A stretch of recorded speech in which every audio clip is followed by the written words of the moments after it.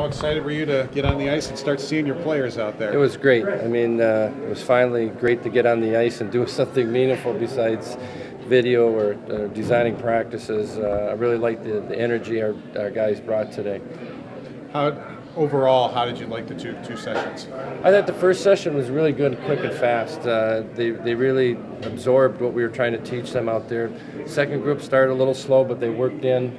You know, it's tough on the ice there in the second group. It's getting warmer outside right after the testing.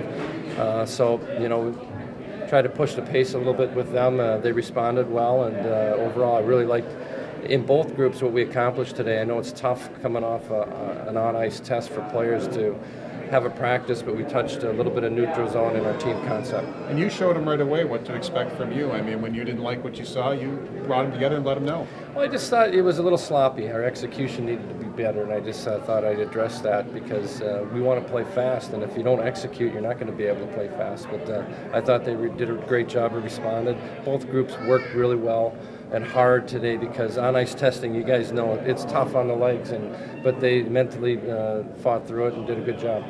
How's Alex and Eli? Just probably going to be a week-to-week thing. It's unfortunate that you know, in the first game their prospects lower body injuries, so he'll be assessed.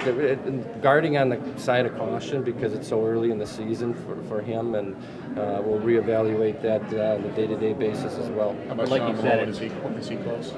I don't think so. That's another week-to-week decision. He's responding well now. He's starting to do exercises.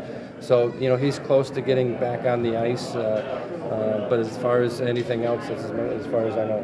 What kind of role do you envision for Marco Scandella? I think he's going to be a big part of our team. That's what's going to be his role. You can see it when he played against St. Louis in the playoffs. Was probably one of their better D-men. Got up in the play well, defended well. He's got a lot of grit to his game, so he's going to fit nicely back there in our D-corps. What'd you see of Bull U?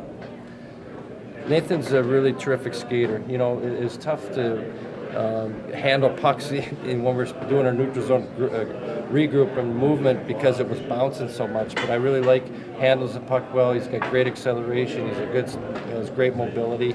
He's just going to get better for us. It doesn't seem like Antipin had any problems with the drills or anything. It seems like he understands what you want. He's a student of the game.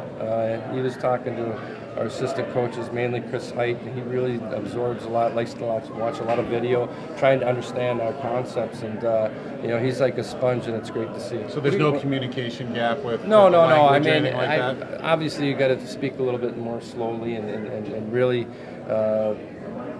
get the message across. You know, it's not like one of those things you can do quickly, but he does understand it. He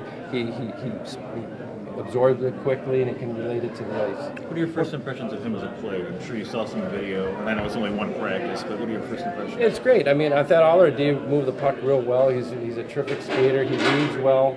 I think as his game builds, I think he'll be more aggressively in his reads, especially in the neutral zone. But I enjoy him. It's tough to really analyze everybody when you just get off the ice.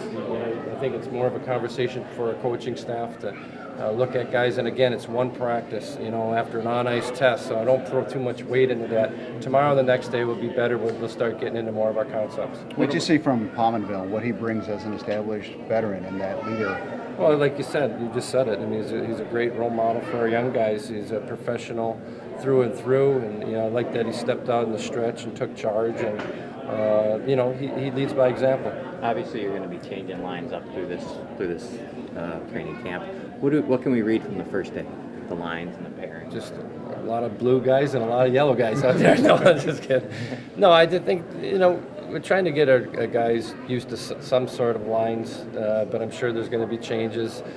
Some guys get dinged up, so you got to be ready for that. But coming into the games, hopefully we can find a combination or two that works and give them the best opportunity to succeed. So we're going to throw guys in spots and the position spots to try to give them an opportunity to show what they can bring to the game. Right? Thank you.